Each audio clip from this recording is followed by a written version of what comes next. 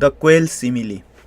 I have heard that on one occasion the Blessed One was staying among the Anguttarapans at an Anguttarapan town named Apana. Then early in the morning, having put on his robes and carrying his outer robe and bowl, went into Apana for alms. Having wandered for alms in Apana and returning from his alms round after his meal, he went to a certain forest grove for the day's abiding. Plunging into the grove, he sat down for his day's abiding at the root of a certain tree. Venerable Uday, too early in the morning, having put on his robes and carrying his outer robe and bowl, went into Apana for alms. Having wandered for alms in Apana and returning from his alms round after his meal, he went to that forest grove for the day's abiding. Plunging into the grove, he sat down for his day's abiding at the root of a certain tree. Then, as he was alone in seclusion, this train of thought arose in his awareness. So many painful things has the Blessed One taken away from us. So many pleasant things has He brought us. So many unskillful qualities has the Blessed One taken away from us. So many skillful qualities has He brought us. Then in the evening, Venerable Uday left seclusion and went to the Blessed One. On arrival, having bowed down to him, he sat to one side. As he was sitting there, he said to the Blessed One, "Just now, Lord, as I was alone in seclusion, this train of thought arose in my awareness. So many painful things has the Blessed One taken away from us. So many pleasant things has He brought us. So many unskillful qualities has the Blessed One taken away from us. So many skillful qualities has He brought us. For in the past, Lord, we used to eat in the morning, in the evening, and in the day at the wrong time, the afternoon. Then there was the time when the Blessed One addressed the monks, saying, 'Monks, please discontinue that daytime meal at the wrong time. For just a day I was upset, for just a day I was sad, thinking the exquisite staple and non-staple foods that faithful householders give us during the day at the wrong time, even those the Blessed One has us abandoned, even those the one well gone has us relinquished. But considering our love and respect and shame and compunction around the Blessed One, we abandoned that daytime meal at the wrong time. So we ate both in the evening and in the morning. Then there was the time when the Blessed One addressed the monks, saying, 'Monks, please discontinue that evening meal at the wrong time. For just a day I was upset, for just a day I was sad, thinking the more exquisitely prepared of our two meals, even that the Blessed One has us abandoned, even that the one well gone has us relinquished. It has happened, Lord, that a man obtaining some good curry ingredients during the day would say to his wife, "Put this aside and we'll all eat it together in the evening." All fine cooking is done in the evening, and next to none during the day. But considering our love and respect and shame and compunction around the Blessed One, we abandoned that evening meal at the wrong time. It has happened, Lord, that monks wandering for alms in the pitch dark of the night have walked into a waste water pool, fallen into a cesspool, stumbled over a thorn patch, or stumbled over a sleeping cow. They have encountered young hooligans on the way to or for a crime. They have been sexually propositioned by women. Once I went for alms in the pitch dark of night. A woman washing a pot saw me by a lightning flash, and on seeing me screamed out, "I am done for, a demon is after me." When this was said, I said to her, I am no demon, sister, I am a monk waiting for alms. Then you are a monk whose dad is dead and whose mamma's dead. Better for you, monk, that your belly be slit open with a sharp butcher's knife than this sprawling for alms for your belly's sake in the pitch dark of night. On recollecting that, Lord, the thought occurred to me, so many painful things has the Blessed One taken away from us, so many pleasant things has He brought us, so many unskillful qualities has the Blessed One taken away from us, so many skillful qualities has He brought us. In the same way, Uday, there are some worthless men who, when I tell them abandon this, say, why this petty elementary thing? He is too much of a stickler, this contemplative, they don't abandon it. They are rude to me and to the monks keen on training. For them, that's a strong snare, a thick snare, a heavy snare, an unrotting snare and thick yoke. Suppose a quail were snared by a rotten creeper by which it could expect injury, capture or death, and someone were to say, this rotting creeper by which this quail is snared and by which she could expect injury, capture or death is for her a weak snare, a feeble snare, a rotting snare, an insubstantial snare. Would the person speaking that way be speaking rightly? No, Lord, that rotting creeper is for her a strong snare, a thick snare, a heavy snare, an unrotting snare, and a thick yoke. In the same way, Uday, there are some worthless men who, when I tell them, abandon this, say, why this petty elementary thing? He is too much of a stickler, this contemplative, they don't abandon it. They are rude to me, and to the monks keen on training. For them, there's a strong snare, a thick snare, a heavy snare, an unrotting snare, and a thick yoke.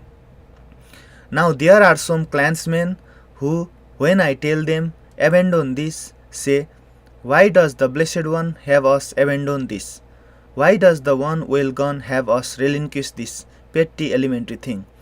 But they abandon it and are not rude to me, or to the monks keen on training. Having abandoned it, they live unconcerned, unruffled, their wants satisfied with their mind like a wild deer. For them, there's a weak snare, a feeble snare, a rotting snare, an insubstantial snare. Suppose a royal elephant, immense, pedigreed, accustomed to battles, its tucks like chariot poles were snared with thick leather snares, but by twisting its body a bit, it could break and burst those snares and go off wherever it liked. And suppose someone were to say, those thick leather snares by which the royal elephant was snared by, but which, by twisting its body a bit, it could break and burst and go off wherever it liked. For him they were a strong snare, a thick snare, a heavy snare, an unrotting snare, and a thick yoke. Would the person speaking that way be speaking rightly? No, Lord, those thick leather snares were for him a weak snare, a feeble snare, a rotting snare, an insubstantial snare. In the same way, Uday, there are some clansmen who, when I tell them, abandon this, say, why does the Blessed One have us abandon this? Why does the one well gone have us relinquish these petty, elementary things? But they abandon it and are not rude to me or to the monks keen on training. Having abandoned it, they live unconcerned, unruffled, their wants satisfied, with their mind like a wild deer. For them, there's a weak snare, a feeble snare, a rotting snare, an insubstantial snare. Suppose there were a poor person, penniless and indigent, with a single little sack, dilapidated, open to the crowds, not the best sort, and a single bed, dilapidated, not the best sort, and a single pot of rice and gourd seeds, not the best sort, and a single wife, not the best shot. He would go to a park and see a monk, his hands and feet washed after a delightful meal, sitting in the cool shade, committed to the heightened mind. The thought would occur to him, how happy the contemplative state, how free of disease the contemplative state. Oh, that I, shaving off my hair and beard, and donning the ochre robe, might go forth from the household life into homelessness. But being unable to abandon his single little shack, dilapidated, open to the crowds, not the best shot, his single bed, dilapidated, not the best shot, his single pot of rice and gourd seeds, not the best shot, and his single wife, not the best shot, he would not be able to shave off his hair and beard, to don the ochre robe, or to go forth from the household life into homelessness. And suppose someone were to say, that single little shack, that single bed, that single pot, and that single wife, not the best sort, by which that man was snared, which he was unable to abandon, and because of which he could not shave off his hair and beard, don the ochre robe, and go forth from the household life into homelessness. For him they were a weak snare, a feeble snare, a rotting snare, an insubstantial snare. Would the person speaking that way be speaking rightly? No, Lord, that single heart, that single bed, that single pot, that single wife, were for that man a strong snare, a thick snare, a heavy snare, an unrotting snare, and a thick yoke. In the same way, Uday, there are some worthless men who, when I tell them, abandon this, say, why this petty elementary thing? He is too much of a stickler. This contemplative, they don't abandon it. They are rude to me and to the monks keen on training. For them, that's a strong snare, a thick snare, a heavy snare, an unrotting snare, and a thick yoke. Now suppose, Uday, that there were a householder or householder's son, rich, prosperous, and wealthy, with vast amounts of gold ingots, vast amounts of grain, a vast number of fields, a vast amount of land, a vast number of wives, and a vast number of male and female slaves. He would go to a park and see a monk, his hands and feet washed after a delightful meal, sitting in the cool shade, committed to the heightened mind. The thought would occur to him, how happy the contemplative state, how free of disease the contemplative state. Oh, that I, shaving off my hair and beard, and donning the ochre robe, might go forth from the household life into homelessness.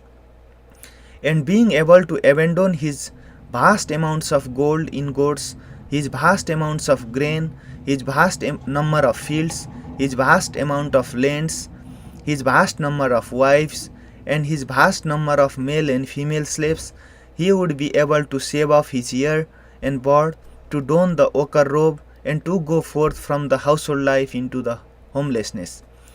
Now suppose someone were to say, those vast amounts of gold ingots and a vast number of male and female slaves, by which that householder or householder's son was snared, but which he was able to abandon, so that he could shave off his hair and beard, don the ochre robe, and go forth from the household life into homelessness.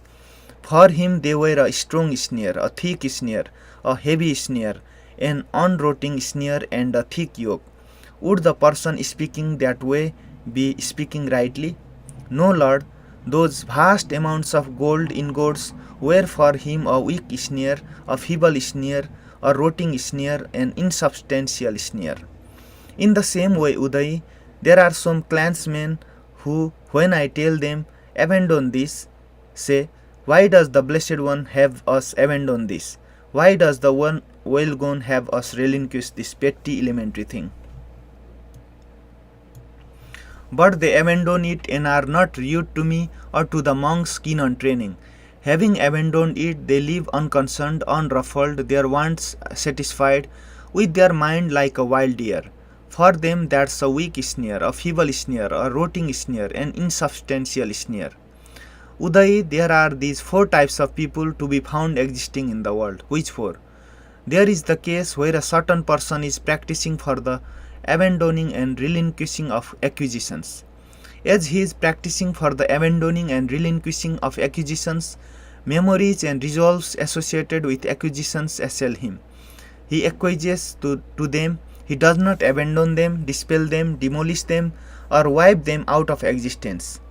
I tell you, Uday, that this sort of person is fettered, not unfettered. Why is that? Because I have known the diversity of faculties with regard to this type of person. Then there is the case where a certain person is practicing for the abandoning and relinquishing of acquisitions. As he is practicing for the abandoning and relinquishing of acquisitions, memories and resolves associated with acquisitions assail him. He does not acquiesce to them, he abandons them, dispels them, demolishes them, and wipes them out of existence. I tell you, Uday, that this sort of person is fettered, not unfettered. Why is that? Because I have known the diversity of faculties with regard to this type of person.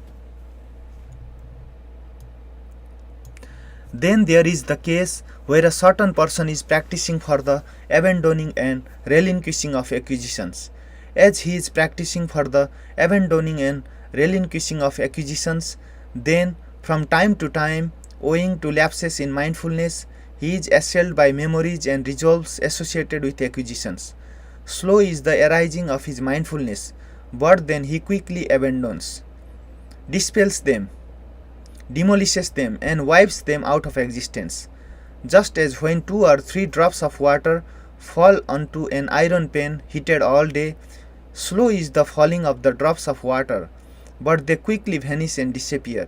In the same way, there is the case where a certain person is practicing for the abandoning and relinquishing of acquisitions. As he is practicing for the abandoning and relinquishing of acquisitions, then from time to time, owing to lapses in mindfulness, he is assailed by memories and resolves associated with acquisitions. Slow is the arising of his mindfulness, but then he quickly abandons, dispels them, demolishes them, and wipes them out of existence. I tell you, Uday, that this sort of person is fettered, non unfettered. Why is that? Because I have known the diversity of faculties with regard to this type of person. Then there is the case where a certain person, realizing that acquisitions are the root of suffering and stress is without acquisitions, released in the ending of acquisitions. I tell you, Uday, that this sort of person is unfettered, not fettered. Why is that? Because I have known the diversity of faculties with regard to this type of person. There are these 4 types of people to be found existing in the world. And Uday, there are these 5 strings of sensuality. Which 5? Forms cognizable by the eye, agreeable, pleasing, charming, endearing, fostering desire, enticing. Sounds cognizable by the ear, aromas cognizable by the nose, flavors cognizable by the tongue, tactile sensations cognizable by the body, agreeable, pleasing, charming, endearing, fostering desire, enticing. These are the 5 strings of sensuality. Now any pleasure and happiness that arises dependent on these 5 strings of sensuality is called sensual pleasure, a filthy pleasure, a run-of-the-mill pleasure, an ignoble pleasure, and of this pleasure I say that it is not to be cultivated, not to be developed, not to be pursued, that it is to be feared. Now there is the case where a monk, quite withdrawn from sensuality, withdrawn from unskillful mental qualities, enters and remains in the first jhana. Rapture and pleasure born from withdrawal, accompanied by directed thought and evaluation. With the stilling of directed thoughts and evaluations, he enters and remains in the second jhana. Rapture and pleasure born of concentration, unification of awareness free from directed thought and evaluation, internal assurance. With the fading of rapture, he remains equanimous, mindful and alert, and senses pleasure with the body. He enters and remains in the third jhana, of which the noble ones declare equanimous and mindful. He has a pleasant abiding. With the abandoning of pleasure and pain, as with the earlier disappearance of elation and distress, He enters and remains in the fourth jhana, purity of equanimity and mindfulness, neither pleasure nor pain. This is called renunciation, pleasure, seclusion, pleasure, calm, pleasure, self-awakening pleasure. And of this pleasure I say that it is to be cultivated, to be developed, to be pursued, that it is not to be feared. Now there is the case where a monk, quite withdrawn from sensuality, withdrawn from unskillful mental qualities, enters and remains in the first jhana. Rapture and pleasure born of withdrawal, accompanied by directed thought and evaluation. That I tell you comes under the perturbable. And what comes under the perturbable there? The directed thoughts and evaluations that have not ceased there. That's what comes under the perturbable there. There is the case where a monk, with the stilling of directed thoughts and evaluations, enters and remains in the second jhana. Rapture and pleasure born of concentration, unification of awareness free from directed thought and evaluation. Internal assurance, that I tell you, comes under the perturbable. And what comes under the perturbable there? The rapture pleasure that has not ceased there. And that's what comes under the perturbable there. There is the case where a monk, with the fading of rapture, he remains equanimous, mindful and alert, and senses pleasure with the body. He enters and remains in the third jhana, of which the noble ones declare, equanimous and mindful, he has a pleasant abiding. That I tell you comes under the perturbable. And what comes under the perturbable there? The equanimity pleasure that has not ceased there. That's what comes under the perturbable there. There is the case where a monk, with the abandoning of pleasure and pain, as with the earlier disappearance of elation and distress, enters and remains in the fourth jhana, purity of equanimity and mindfulness, neither pleasure nor pain. Now that I tell you, comes under the imperturbable. Now there is the case where a monk enters and remains in the first jhana, rapture and pleasure born of withdrawal, accompanied by directed thought and evaluation. That I tell you isn't enough. Abandon it, I tell you. Transcend it, I tell you. And what is its transcending? There is the case where a monk enters and remains in the second jhana, that is its transcending. But that too I tell you isn't enough. Abandon it, I tell you. Transcend it, I tell you. And what is its transcending? There is the case where a monk enters and remains in the third jhana, that is its transcending. But that too I tell you isn't enough. Abandon it, I tell you. Transcend it, I tell you. And what is its transcending? There is the case where a monk enters and remains in the fourth jhana, that is its transcending. But that too I tell you isn't enough. Abandon it, I tell you. Transcend it, I tell you. And what is its transcending? Then there is the case where a monk, with the complete transcending of the perception of physical form, with the disappearance of perceptions of resistance, and not heeding perceptions of diversity, perceiving infinite space, enters and remains in the dimension of the infinitude of space. That is its transcending. But that too I tell you isn't enough. Abandon it, I tell you. Transcend it, I tell you. And what is its transcending? Then there is the case where a monk, with the complete transcending of the dimension of the infinitude of space, perceiving infinite consciousness, enters and remains in the dimension of the infinitude of consciousness. That is its transcending. But that too I tell you isn't enough. Abandon it, I tell you. Transcend it, I tell you. And what is its transcending? Then there is the case where a monk, with the complete transcending of the dimension of infinitude of consciousness, perceiving there is nothing, enters and remains in the dimension of nothingness. That is its transcending. But that too I tell you isn't enough. Abandon it, I tell you. Transcend it, I tell you. And what is its transcending? Then there is the case where a monk, with the complete transcending of the dimension of nothingness, enters and remains in the dimension of neither perception nor non-perception. That is its transcending. And that too I tell you isn't enough. Abandon it, I tell you. Transcend it, I tell you. And what is its transcending? There is the case where a monk with the complete transcending of the dimension of neither perception nor non-perception enters and remains in the cessation of perception and feeling, that is its transcending.